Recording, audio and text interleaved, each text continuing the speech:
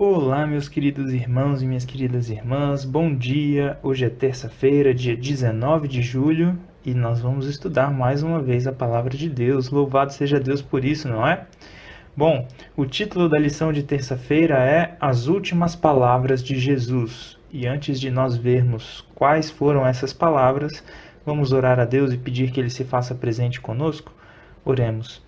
Senhor Deus, muito obrigado, Pai, pela Tua bondade, pela Tua misericórdia, pelo Teu cuidado com cada um de nós.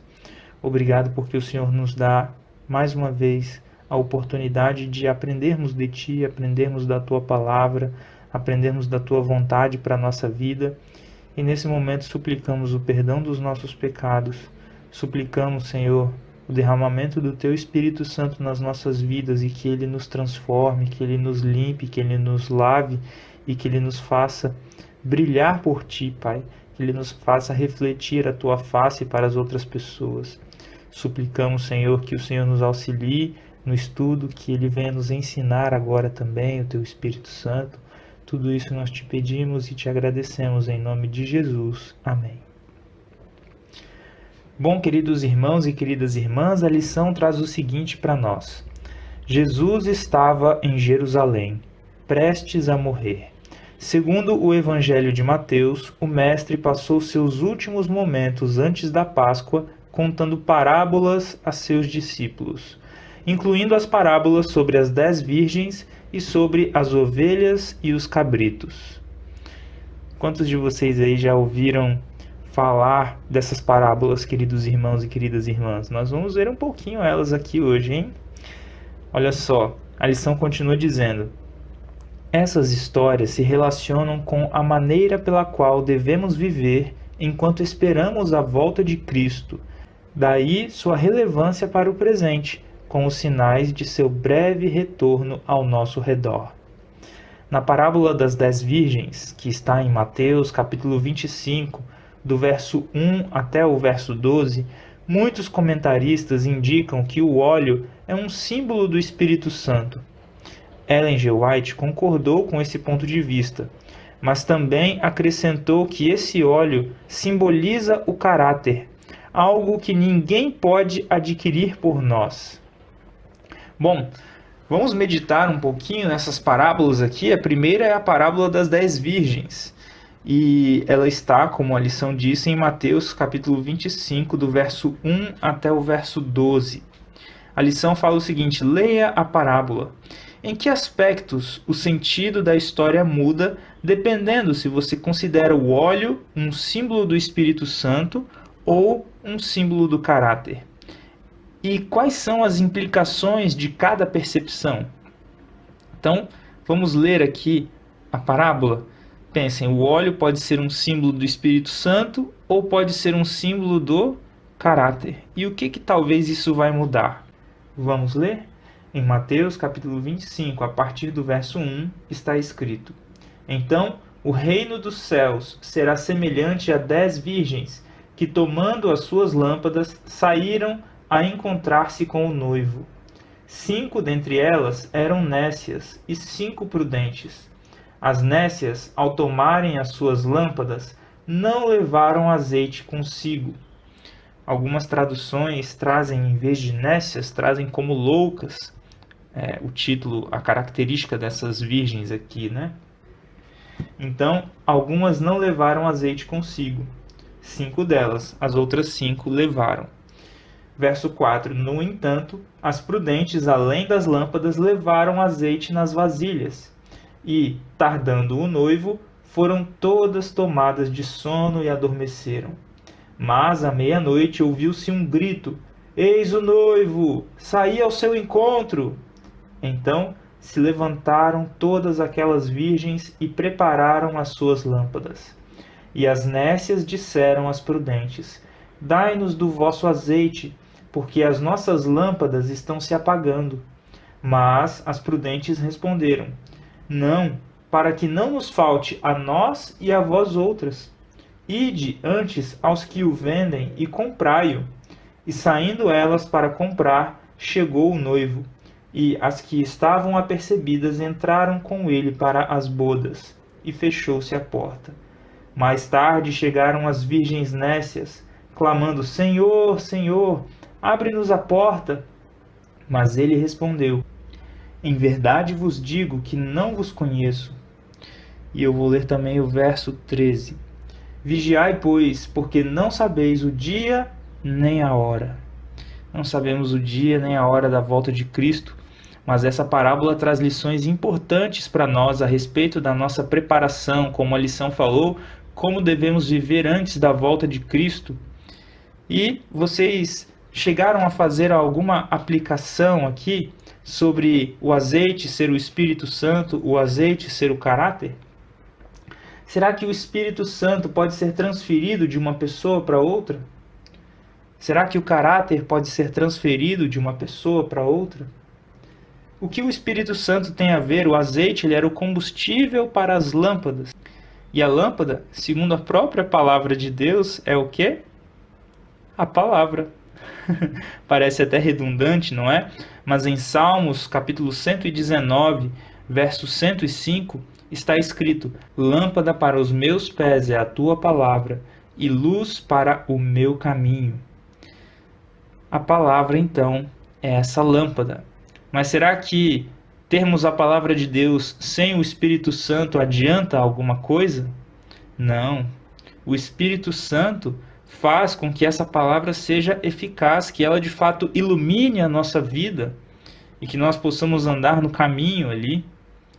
Olha só que importante. O Espírito Santo, ele age na nossa vida de tal forma que nós tenhamos luz, discernimento, sabedoria e que tenhamos também os frutos do Espírito. Quais são os frutos do Espírito? Segundo Gálatas capítulo 5, verso 22. Mas o fruto do Espírito é amor, alegria, paz, longanimidade, benignidade, bondade, fidelidade, mansidão, domínio próprio. Contra essas coisas não há lei. Eu li os versos 22 e também o 23. E aí, meu querido irmão, minha querida irmã, o Espírito Santo atuando na nossa vida produz essas coisas. Isso tem a ver com o nosso caráter, o segundo símbolo aqui do azeite. Será que podemos transferir o caráter? Não, é algo intransferível. E o caráter é o combustível para a produção de boas obras, os frutos do Espírito, que atrairão pessoas para Cristo.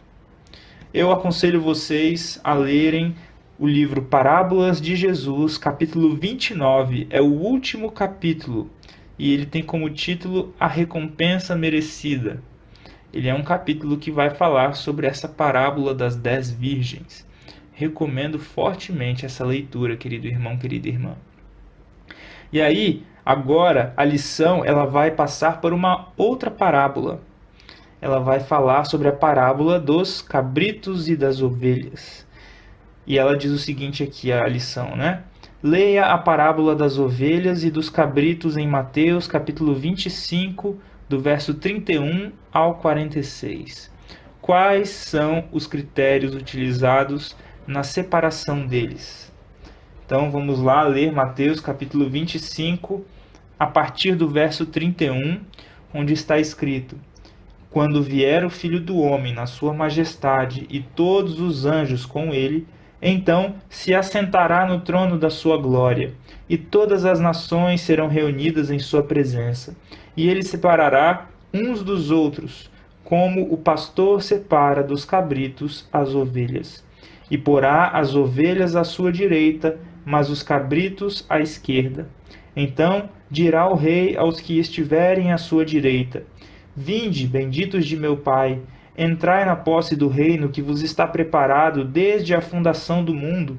Porque tive fome e me destes de comer, tive sede e me destes de beber, era forasteiro e me hospedastes, estava nu e me vestistes, enfermo e me visitastes, preso e fostes ver-me. Então perguntarão os justos: Senhor, quando foi que te vimos com fome e te demos de comer, ou com sede e te demos de beber? E quando te vimos forasteiro e te hospedamos, ou nu e te vestimos?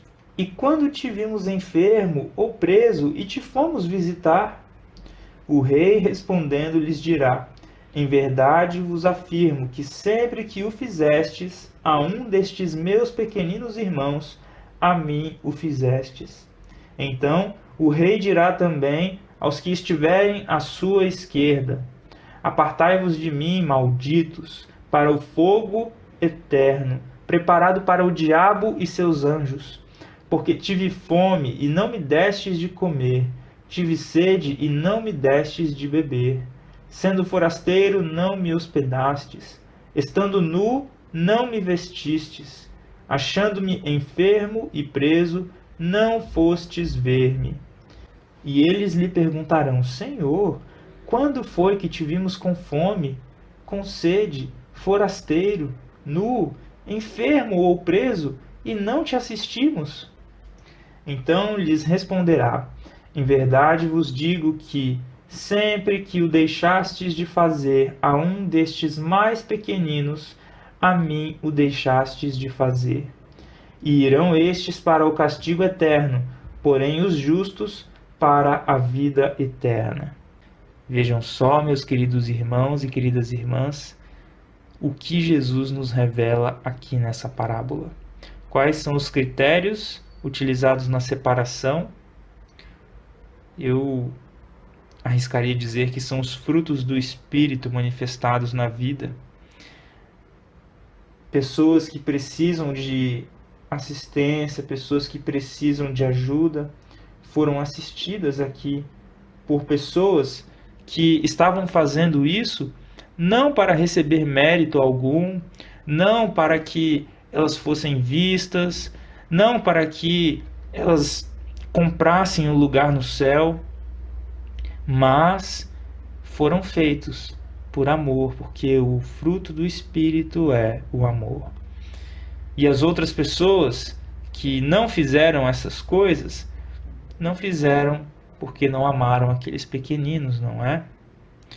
Ficaram indiferentes à sua situação. E a lição diz o seguinte para nós: observe que o rei separa as ovelhas e os cabritos com base em suas obras, seu caráter.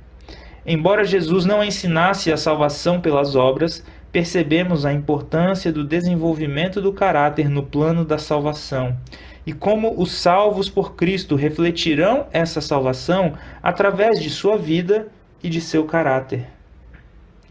Vejam só, as obras não foram um meio de barganhar um lugar no céu, querido irmão, querida irmã.